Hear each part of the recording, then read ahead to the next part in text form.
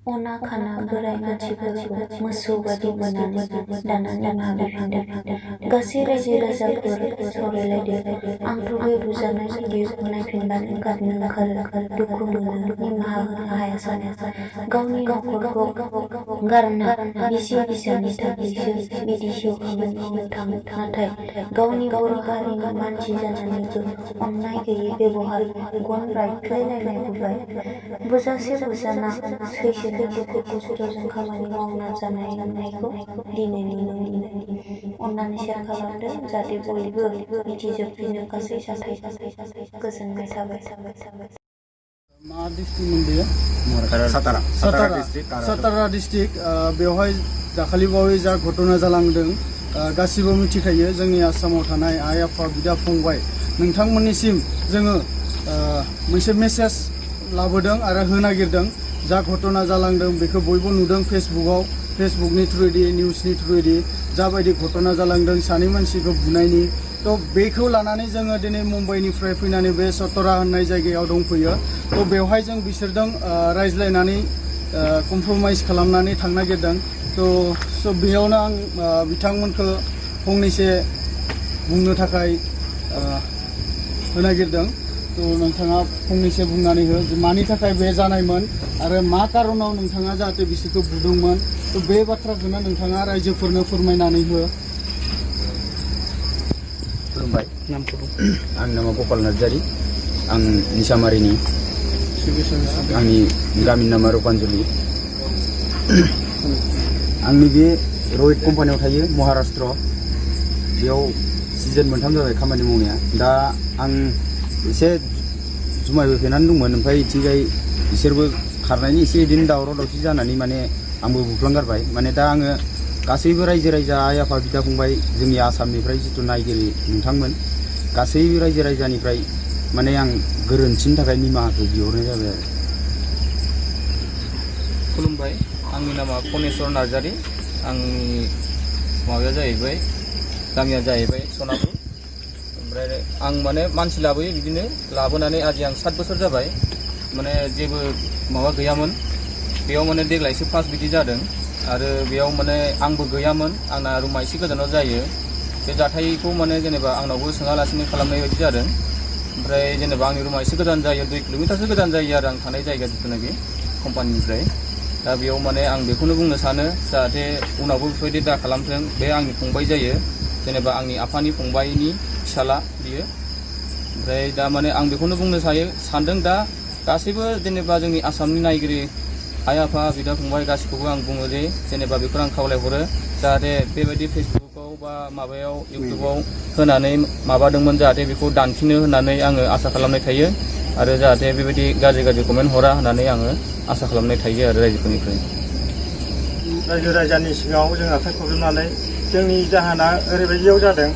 जों माने room change खालामनायाव जोंनि जाथाया सोरनिबा गुबुननि मेगन नोजोराव जों गोलैफ्लांबाय। भुल बुजाबुजियाव जोङो बुजानो गोनां जादों।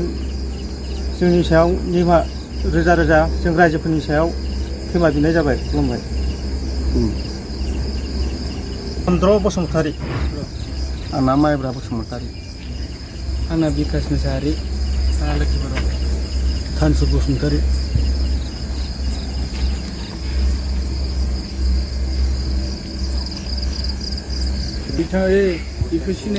सो मैं अभी आप लोग के सामने पहचान कराने चाहती हूँ। वो है उन लोग का लड़का लोग का जो कॉन्ट्रैक्ट है, तो वो भी था साथ में। तो इसके लिए उनको भी मैं थोड़ा बहुत बोलने के लिए आज्ञा देता हूँ, इसलिए हुआ था और किस लिए उनको मारा गया था। तो उसके बारे में थोड़ा एक्सप्लेन कीजिए। हमारा जो अभी तो आपका जो वीडियो बनाया था वो बहुत वायरल हो गया, तो उसके वजह से अभी ये बहुत प्रॉब्लम चल रहा है, सिचुएशन बहुत बुरा हो रहा है। तो उसी की वजह से उसी में मतलब थोड़ा बोल दीजिए किस लिए हुआ था और किस लिए उनको मारा गया था। तो थोड़ा एक्सप्लेन कीजिए, असम का लोग क्या समझे, मतलब गलत क्या है सही क्या है वो सबको समझा दीजिए, तभी उन लोग को समझ में आएगा। तो आप प्लीज़ बोलिए।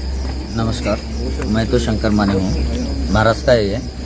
फिर भी हर साल हम लोग आसाम का बच्चे लोग लेके इधर काम करता है शुगर फैक्ट्री में। 1 साल नहीं 2 साल नहीं, अभी 10-15 साल से हम लोग इधर काम कर रहे हैं। सब चीनी फैक्ट्री में आसाम का बच्चे लोग ही रहते हैं। तो ऐसा कभी आज तक हुआ नहीं, लेकिन ये फर्स्ट टाइम हो गया तो भी वो भी डायरेक्ट फेसबुक व्हाट्सअप सब जगह पे चला गया। तो जाने का वजह ये है, हम लोग चीनी कंपनी के लिए काम करने के लिए बोल के सबको लाया था और काम भी चीनी कंपनी का है। लेकिन शुरू से 10 आदमी गायब होके तो थोड़ा हमारा सर के ऊपर प्रेशर भी बढ़ चुका था और इधर सब बच्चों लोगों का मिसअंडरस्टैंडिंग की वजह से ये सब झगड़ा हो गया। मतलब क्या है, उस दिन वो लोग रूम चेंज किया करके हमको कोई बोला भी नहीं है और वो सब इधर उधर से थोड़ा मिस्टेक होके सब लफड़ा हो गया।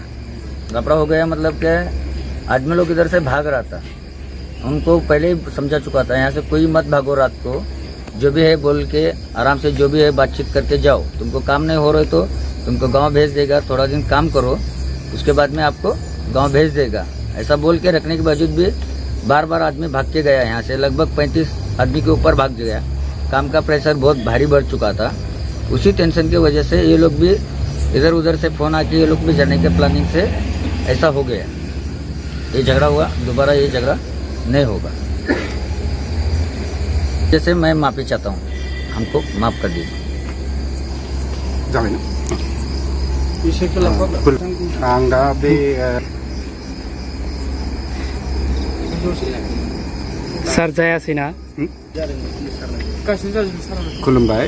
आं बम्बाइ बर' ससाइटिनि जानानै दिनै कारात होननाय जायगा सातारा डिस्ट्रिक्ट महाराष्ट्रनि बे जायगायाव दंफैयो बम्बाइनिफ्राय फैनानै। जाय जों मोनसे बे कम्पानियाव सेनि कम्पानि सुगार फेक्टरियाव मोनसे दंफैयो, जायाव जोंनि आसामनिनो मानसि दङ माखासे। बिथांमोना फैनानै बेयाव खामानि मावो आरो बेबायदिनो सोलिगासिनो दङ। खिन्थु मोनसे भिडिअखौ नुनानै भाइरेल नुनानै जोङो आसरित जादों। जोंनियाव बार फन फैगासिनो दं, नोंथांमोना बम्बाइयाव थायो मानो खबर लायाखै। कमिशनार लेबार कमिशनाराबो गम मोन्दों, पुलिस कमिशनारा गम मोन्दों, आसामनि MP MLA आबो गम मोन्दों। थ' बिथांमोननिफ्रायबो फन फैदों दे नोंथांमोना थांनानै जोंनो रिपर्ट होनांगौ। जुदि FIR होनांगौबा सोरबा पुलिस कमप्लेन होयोबा जों एक्सन लागोन। थ' नोंथांमोना थांनानै रिपर्टखौ लादो। जोंनि मानसियाबो बिपद जानाङा, कम्पानियाबो बन्द जानाङा, कन्ट्रेक्टराबो माने बिपद जानाङा। बेखायनो जों आसलखौ मिथिनो, रियेलिटिखौ मिथिनो फैदोंमोन। मिथिबाय, बिथां बुजाग्राफोरखौबो जों लोगो मोनबाय, बुग्राखौबो लोगो मोनबाय। जि भुल जाबाय जाना थांबाय, जाहाथे उनाव बेबायदि भुल जाया, मोजाङै मिलायलायना थायो। आरो बे भिडिअखौ जाय आपल'ड खालामदोंमोन बे बिराद गोरोन्थि मावदों। बियो माने स्रि लाखोमानानै बे भाइरेल खालामदों, जायनि थाखाय भुल बुजाबुजि जादोंमोन। गतिके जाहाथे उनाव भुल बुजाबुजि जाया, रायजोफोराबो एसे निमाहा होनांगौ बिथांमोननि सायाव, बुग्रानि सायावबो आरो बुजाग्राफोरजोंबो मोजाङै रायलायबाय। बिथांमोना मोजाङै सोलिलायथों, खामानि मावथों, बयबो फैथों मावथों, बयबो खामानि मावना जानांगौ, भुल बुजाबुजि जानाङा। जायोब्ला जाहाथे जोंखौबो मिथिहोयो, रायजोखौ मिथिहोयो, खिन्थु गावजों गाव बुदलायलायनो नाङा। बेखौनो बुंनानै आं गासै रायजोफोरखौ खेबसे खुलुमबावो।